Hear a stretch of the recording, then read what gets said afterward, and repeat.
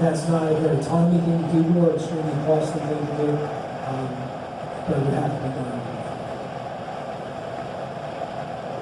The earliest date for a new referendum then would be September of 2019. There's no way to do something. I know there's people in the community are going, will there be a referendum in March?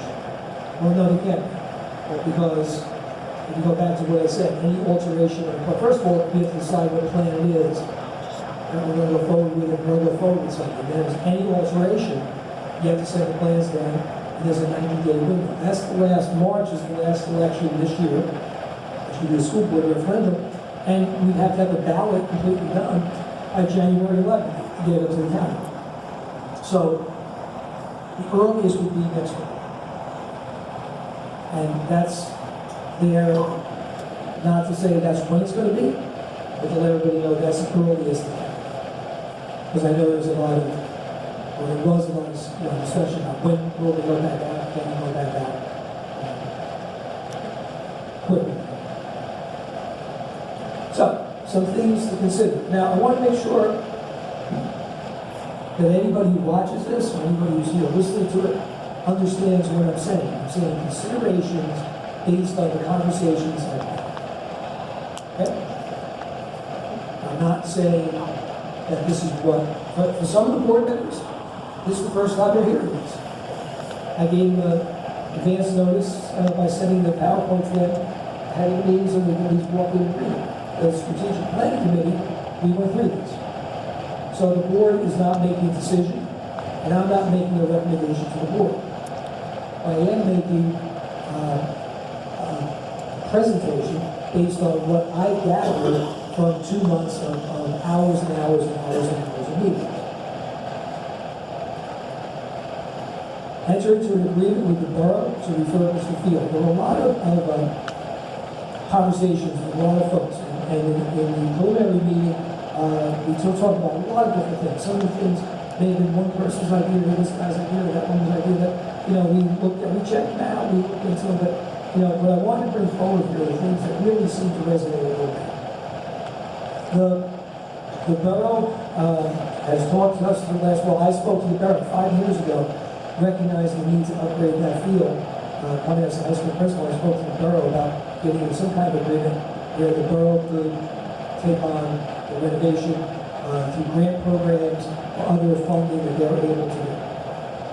There was some interest on both sides. We kind of ran into a couple of snafus that we just kind of, then we decided, hey, we may be going forward as this amazing going to be a facility plan, maybe we just hold it into that. But we did work out a deal. I mean, again, it's very embryonic at this point, but I think the board, the borough and mayor and council are certainly interested in having a deal where the school district would not lose any of the usage that we currently have, and there's all kinds of arrangements with the borough to move that to. Eliminate the kitchen and cafeteria, thereby maintaining the pool.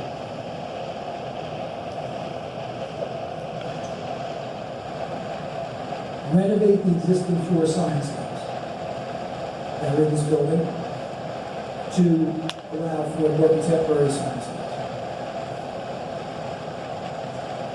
2 of those labs are very small, 2 are a little more adequately sized.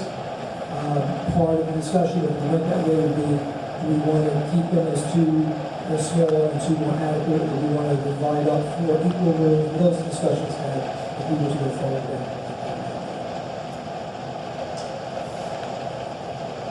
These changes here would reduce the cost by about $9.3 million. I want to make something else clear. Okay?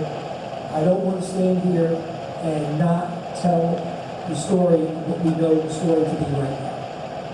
But with estimates changing, I'm telling you where things land right now. And I had both Epic and the architect look at these numbers, and I looked at them as well. But this is based on where things are right now, and they're rounded numbers. The impact of these considerations in high school would be a loss of the district kitchen and adequate high school cafeteria, the loss of the 5 additional classrooms. That should be a second party and a third party to apologize for that. The need to have an agreement in place with the other parties and assume fiscal responsibility. I think it's clear that the financial burden of a pool is hard for a school budget to maintain, which you saw the list of people that I spoke to. I spoke with a lot, and we're going to have continued conversations with other groups to see what kind of agreement we can enter into to have a sustainable pool. That would be my goal of those. These considerations, the ones on the previous page, address the three most mentioned items for the referendum. It lowers the cost a little bit, the kitchen.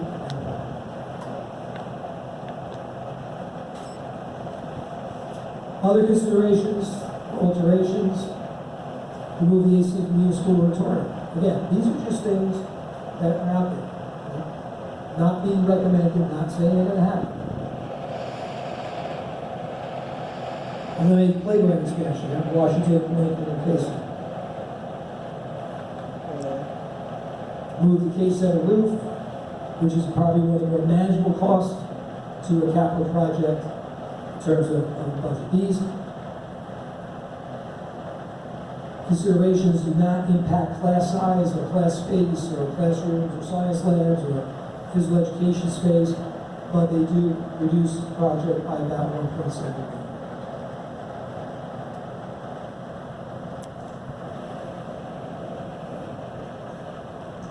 Total reduction of approximately $11 million to $12 million if we're round. We reduced the bond amount from $53 million to $42 million. But with an anticipated 10% increase, the bond amount would be closer to $46 million. State aid would reduce the local share to $34.9 million. And the local share is what the taxpayers have to pay. I'll say that again, the local shares and the taxpayers have to pay. I think sometimes that got lost in the dialogue. Some additional considerations for Pierpont. Eliminating the second floor of the new addition. There are only 5 classes currently in plans for the first floor. If we keep all the classes in Pierpont that we currently have, we need at least 6 classes in order to reduce class size, because we need 2 for every grade level. Adding the 6th class to the first floor, the way we would cut into the plan to do that, again, these are preliminary discussions, would be to reduce the size of the gym to a single station gym, which means that the increased gym really would be a benefit from an educational standpoint, so the teaching standpoint. If the 6th class is created, it would be enough for grade level classes but would not provide the special education or other ones. The benefit would be a potential, so that would be a detriment, right? But the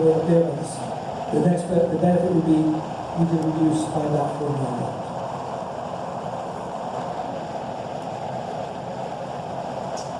Open space in Pierpont, that came up a little bit.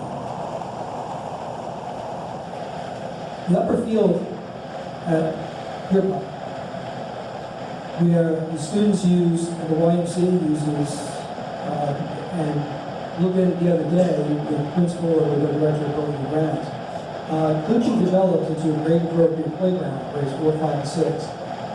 Could be, I think, beautified and fortified a little better with a chain link fence that comes across in terms of creating some open space at relatively inexpensive cost because the grade level is talking about. And as I said, these areas currently used by students, it could be improved to encourage wellness.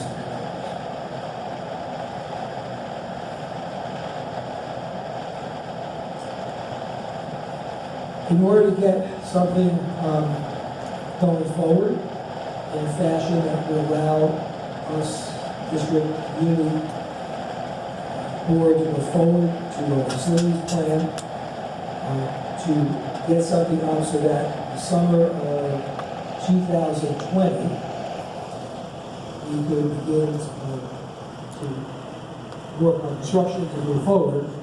We really have to get something up by the early fall. In order to do that, we have to move relatively quickly, but we have to move intelligently, but quickly. So you can, that facilities@rutherfordschools.org email is still in effect, or you can email me directly. Anybody else here? We will have board meetings on January 7th, and right now tentatively, most likely the calendar will be approved on January 28th. And I'm going to hold a meeting. I'm going to most likely hold a meeting. I'm going to confirm it all. We'll have to out there well ahead of time on January 8th. The meeting is not going to be a presentation. It's not going to be, the presentation will be about as long as this one is, maybe minutes. Present some of the thoughts that we heard in our listening tour, and ask people to come up and comment on those aspects of the plan, or anything else they want. And I will not, I don't plan, I don't know if the board, this is the first I've talked about this with the board, I don't plan on answering questions. I don't plan on getting into a debate, or discussion, or explanation, or come to an agreement. I think it would be good just to listen to what people say and record on that, so that we heard from them. I talked to the mayor about getting this posted on the marquee outside of the signboard outside of Borough Hall, as well as Union, and so we get the word out to a wider breadth of community. So, in terms of trying to go forward with reduction in cost that does not gut what we need, which are classes, science labs, and space, realizing that there will be a sacrifice of classes and other areas that are felt to be needed, and to address some of what we heard in the election and post-election. These are some thoughts that in short order, the board and the community need to reflect. So, that's my report.